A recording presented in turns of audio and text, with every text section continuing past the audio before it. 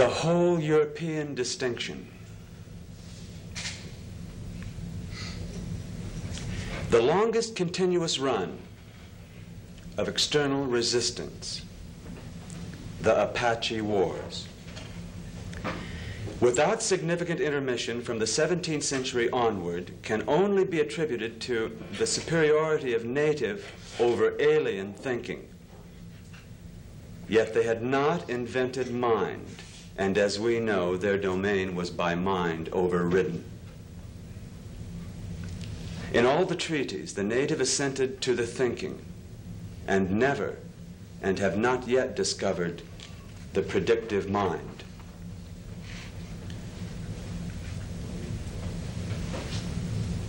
Personam. The women circle the men in conference. They speak like a loud annotation to every advance of thought. They are theologically overheard. Those who overhear them log each nuance of the record. A clinic attention to the future is not to their nature. They ask more of the immediate utterance. They have no mechanic of the future, and they are prepared to meet the animate. If now they lie dormant, they were by mind overcome. I have a mind is the highest mutation of force.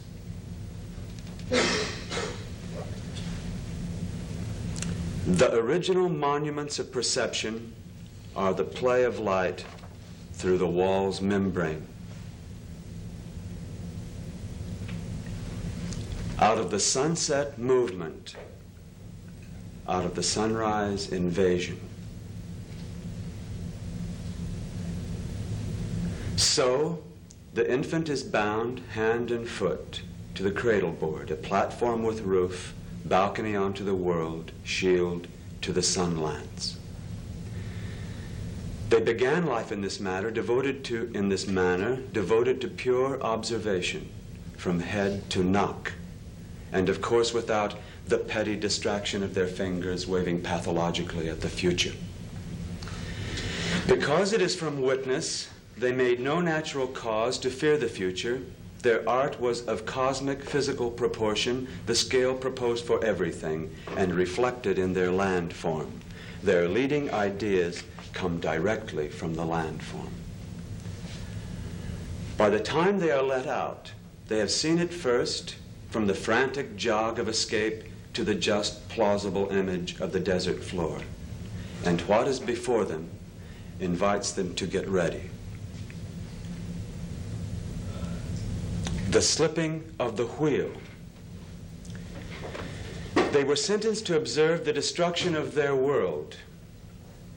The revolutionary implications are interesting.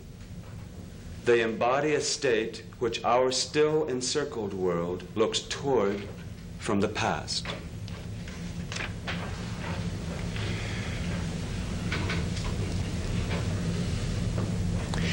General Miles imagined that Geronimo didn't know the function of the heliograph.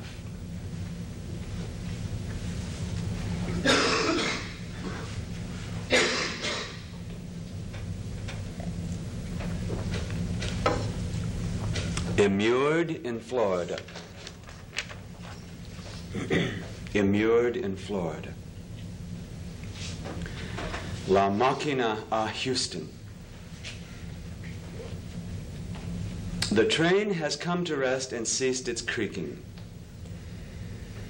We hear the heavy breathing of the Máquina, a relic in its own time, like all the manifestations of technical art, and without real gender, and hidden from direct appeal by the particulates of the English language, itself the agent of fragmentation, and lonely accuser of the generic lines.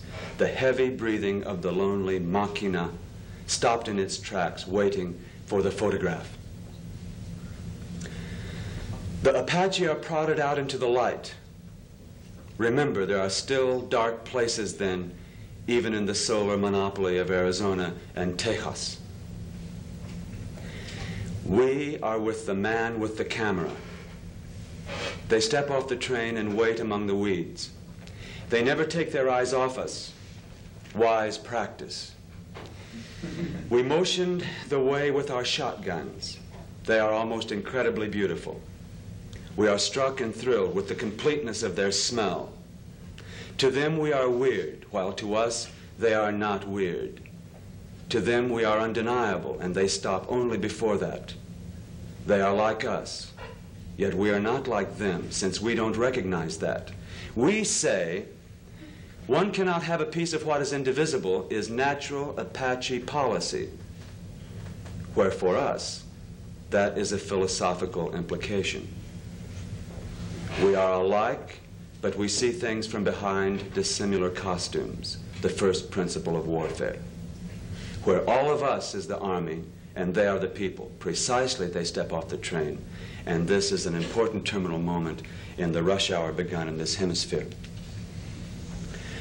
This is the moment before the leg irons. They look good. They look better than we do. They will look better than we look forever. We will never really look very good. We are too far gone on thought and its rejections, the two actions of a noose. Natchez sits alone in the center because he is the elegant one among them. Hereditary, proper as a dealer, he is inherent and most summary of themselves, supple, graceful, flexible hands, good-natured, fond of women.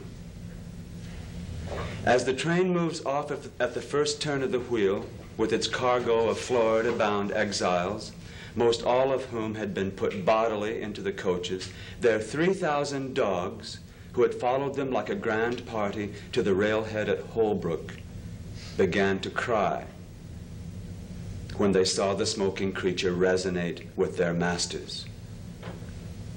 And as the machina acquired speed, they howled and moaned, a frightening noise from their great mass. And some of them followed the cars for 40 miles before they fell away in exhaustion.